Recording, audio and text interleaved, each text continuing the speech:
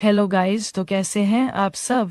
Welcome है आपका मेरे यूट्यूब चैनल पर। उम्मीद करता हूँ आप सब बढ़िया होंगे। वीडियो शुरू करने से पहले प्लीज़ इस वीडियो को लाइक और शेयर ज़रूर कर दें, और अगर आप चैनल पर नए हैं तो सब्सक्राइब करना बिल्कुल मत भूलना। तो दोस्तों, आज हम देखने वाले हैं इस एनीमे का एक बहुत ही दिलचस्प एपिसोड। कहानी की शुरुआत में हम देखते हैं कि चारों तरफ बहुत तेज बर्फबारी हो रही है। यह सर्दी का मौसम बॉर्डर टाउन के लोगों के लिए बहुत बड़ी चुनौती लेकर आया है। राजकुमार रोलैंड अपनी सुरक्षा दीवार का मुआयना करने के लिए वहां सीढ़ियों से ऊपर आते हैं। वहां मौजूद सभी सैनिक अपने राजकुमार को देखते ही बहुत जोर से उनका अभिवादन करते हैं। सैनिक चिल्लाकर कहते हैं कि राजकुमार, आपका स्वागत है, और वे सब बहुत ज्यादा उत्साहित हैं। राजकुमार मन ही मन सोचते हैं कि उन्हें इन सैनिकों को सही सलाम करना सिखाना होगा। तभी राजकुमार अपने खास योद्धा से पूछते हैं कि क्या कल रात कोई हलचल हुई थी। नीले बालों वाला योद्धा कहता है कि उन्हें जंगली राक्षसों का कोई भी निशान नहीं मिला। वह कहता है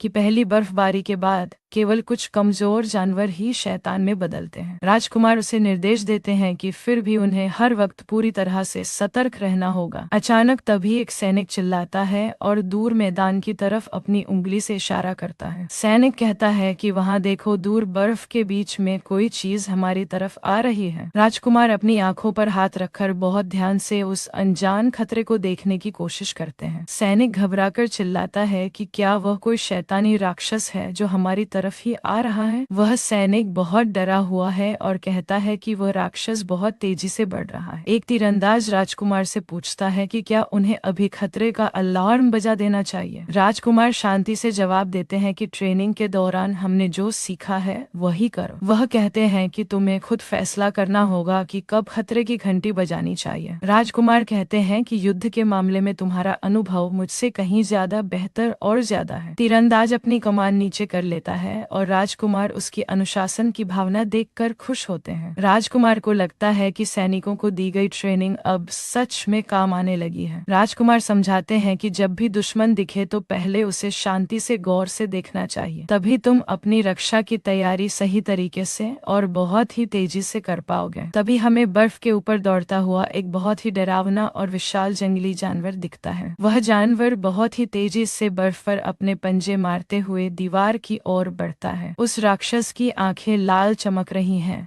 और उसके शरीर से डरावनी ऊर्जा निकल रही है। राजकुमार उसे देखकर कहते हैं कि यह तो लोमड़ी की प्रजाति का कोई जंगली राक्षस लग रहा है। योद्धा कहता है कि यह राक्षस अभी नया है, इसलिए इससे फिलहाल कोई बड़ा खतरा नहीं है। राजकुमार कहते हैं कि ऐसा लगता है कि यह नर्क की सांसों से बुरी तरह संक्रमित हो चुका है। वह लोमड़ी वाला राक्षस गुस्से में दहाड़ता है और दीवार पर चढ़ने के लिए पूरी तरह तैयार। नीले बालों वाला योद्धा राजकुमार को सावधान रहने को कहता है क्योंकि वह राक्षस कूदने वाला है। नाइट राजकुमार के सामने आ जाता है ताकि वह उन्हें किसी भी हमले से बचा सके। राक्षस की आंखें खून की तरह लाल हो जाती हैं और वह एक बहुत लंबी छलांग लगाता है। तभी योद्धा अपनी कमान से एक बहुत ही शक्तिशाली और सटीक तीर हवा में छोड़ देता है। वह तीर हवा को चीरते हुए बहुत ही तेज रफ्तार से सीधे उस राक्षस की ओर बढ़ता है। तीर सीधे उस राक्षस के मुंह में जाकर धंस जाता है और उसका संतुलन पूरी तरह बिगड़ जाता है। राक्षस के शरीर से काले रंग का खून निकलने लगता है